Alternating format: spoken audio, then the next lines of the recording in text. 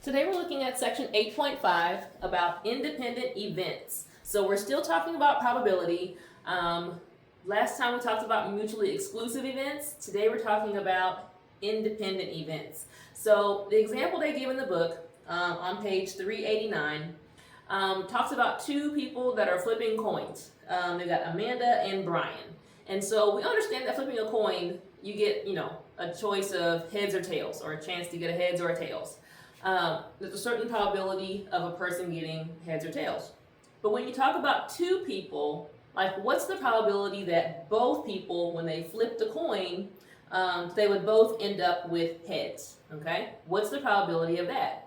Well, in this situation, flipping the first person flipping a coin does not affect the results that could happen from the second person flipping the coin. They are independent of each other. They don't, affect the other one. They, again, are completely separate events. But we're trying to figure out what's the probability of this event happening this way along with this event happening this way. Okay? The word and also comes into play. And I know we talked about this in a previous math class about using the indicator words and versus or as kind of a hint. And we will talk about that here a little bit as well. So to kind of visualize why we're going to do what we're doing, let's first put the definition of independent event.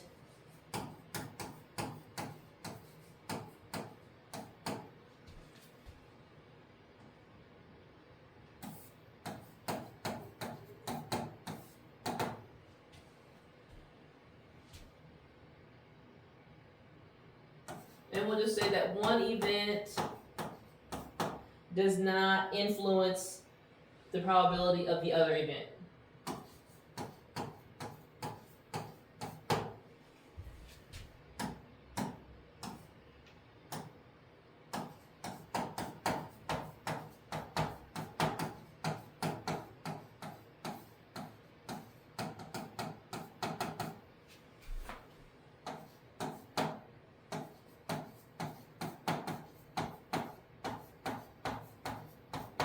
Okay?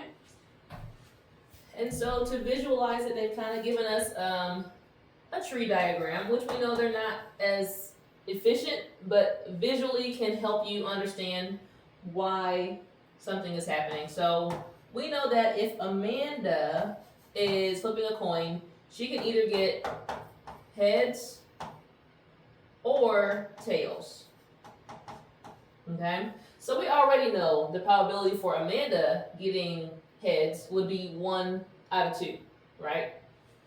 But if we expand this to include the second part of Brian also getting a heads, okay? Well, we have to realize that he could get, if Amanda gets heads, Brian could get heads, but he could also get tails.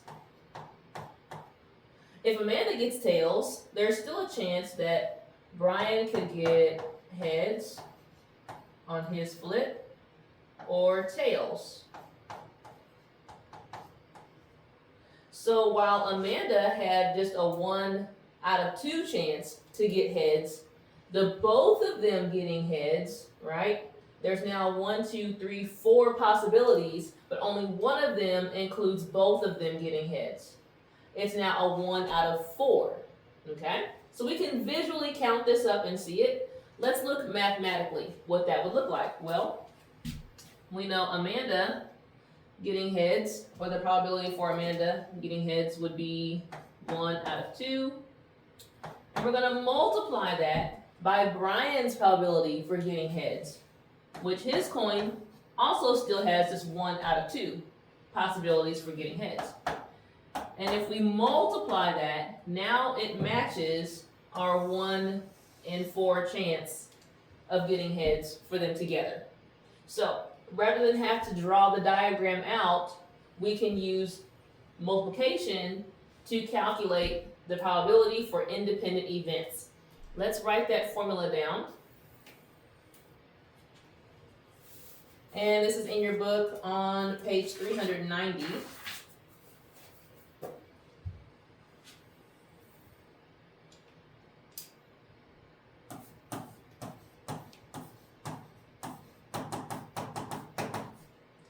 probability of independent events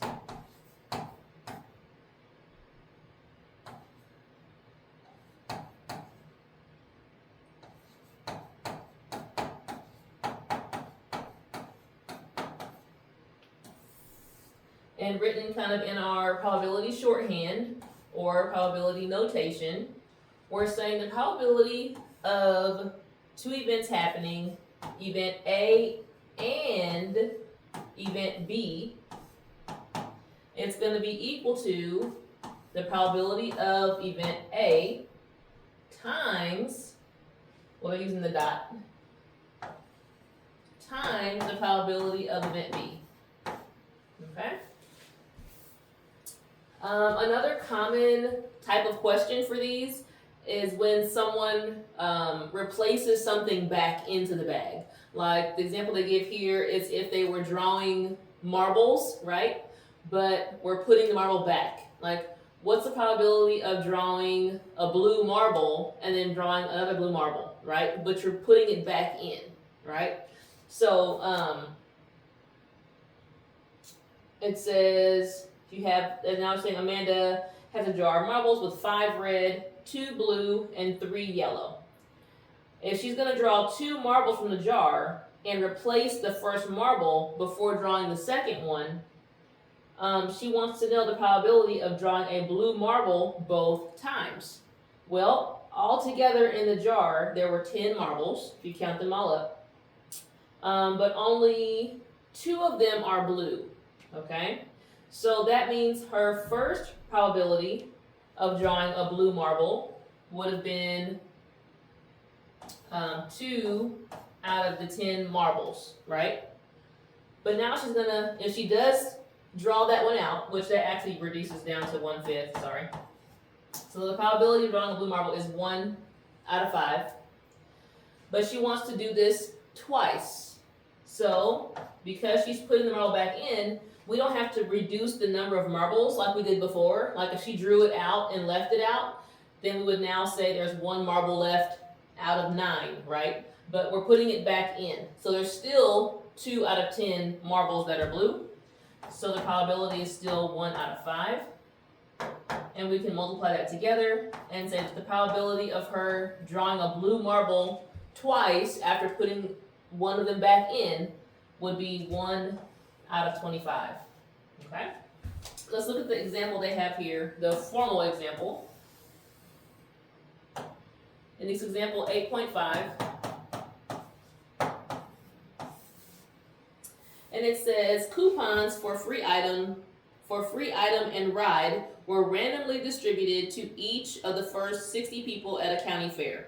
Each person had an equal chance of receiving a coupon for one of the following food items: hot dog, turkey leg, cotton candy, ice cream. So 4 items. Each person also had an equal chance of receiving a coupon for one of the following rides: Ferris wheel, teacup, carousel. So 3 possible rides. The question says, what's the probability for the first person receiving a coupon for a turkey leg and a carousel? Okay, so the shorthand that they're using is the probability of getting a coupon for turkey leg, T for turkey leg, and a carousel. They're using C for carousel. All right. Well, because of the and, we know we're going to multiply these things together. So it's going to be the probability of the turkey leg times the probability of the carousel. All right. Well, the turkey leg was part of a group of 4 possible items that they could get. So we know you have a 1 in 4 probability of getting the coupon for the turkey leg. The carousel was part of a group of 3 things, or 3 rides. So you have a 1 in 3 probability of getting the coupon for the carousel. So multiplying these 2 together, we see that the first person getting a coupon for the turkey leg and the carousel, the first time through, when they're handing out the coupons, is 1 in 12, or 1 out of 12. All right. Second part of this says, well, what's the probability of the first person receiving a coupon sorry, the first 3 people getting a coupon for the Ferris wheel, okay? Again, because this is independent event, they said they have an equal chance, like every person had an equal chance. Notice it mentioned 60 people in here. We didn't even need that number. We're just looking at the probability of getting them receiving the coupon, and they're telling us that everyone has an equal chance, so we're not having to consider that. So we're just looking at independently the first person getting a coupon for the Ferris wheel is going to be the same probability of the next person getting the Ferris wheel, if that makes sense. It's almost like they're putting them back. So we're not considering that they're, giving out these coupons and they're going to run out. They're saying each person has an equal chance. I hope that makes sense. Okay, they're using W for Ferris wheel. For the first person getting the Ferris wheel, and a second person getting the Ferris wheel, and a third person getting the Ferris wheel.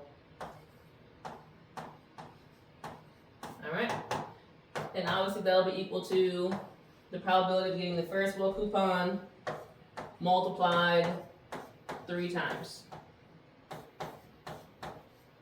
Okay, well, the Ferris wheel coupon is a 1 out of 3 probability, 3 times. Alright, so that would be 1 over 27. Alright, and the last example they have is, well, what is the probability that the first person did not receive a coupon for either ice cream or the teacup ride? Okay, so this is different. Now we're talking about the probability of not getting something. That's that converse, okay, that little C that we saw in the previous section. So we're trying to find the opposite, or what's left over. Might be another way of thinking of it. So letter C here. So we want the probability that the first person does not get the ice cream. So the probability of the converse of the ice cream and not getting the teacup ride. So the converse of T for teacup ride. So again, the and tells me to multiply it. So the probability of the converse of the teacup or ice cream times the probability of the converse of the teacup ride. Well, in order to find the converse, they gave us a couple ways to do that when we first saw this. We can either add up the other options, but the easiest way is just to subtract it from 1, okay? That we know the 100% probability would be equivalent to 1. So I can find out, if I know the probability for the ice cream, I can subtract that from 1, and that will give me the other probability, or the converse. So I would take 1 minus, the ice cream coupon was a 1 out of 4 options. Alright, and then I'll be multiplying that, the inverse of the teacup ride, well, that's 1 minus the 1 out of 3 possible rides for the coupon for the rides, the coupon for the rides. Alright, well, 1 minus 1/4 is going to be left with 3/4. And 1 minus 1/3 would leave you with 2/3. And then multiplying these together, you can actually do a little cross canceling. We're going to end up with 1/2. That's 3 and 3. Okay. So there's a 1 in 2 chance, or 1 out of 2 probability of the first person not getting the ice cream coupon and not getting the teacup ride coupon. All right. So we will talk more about this in class.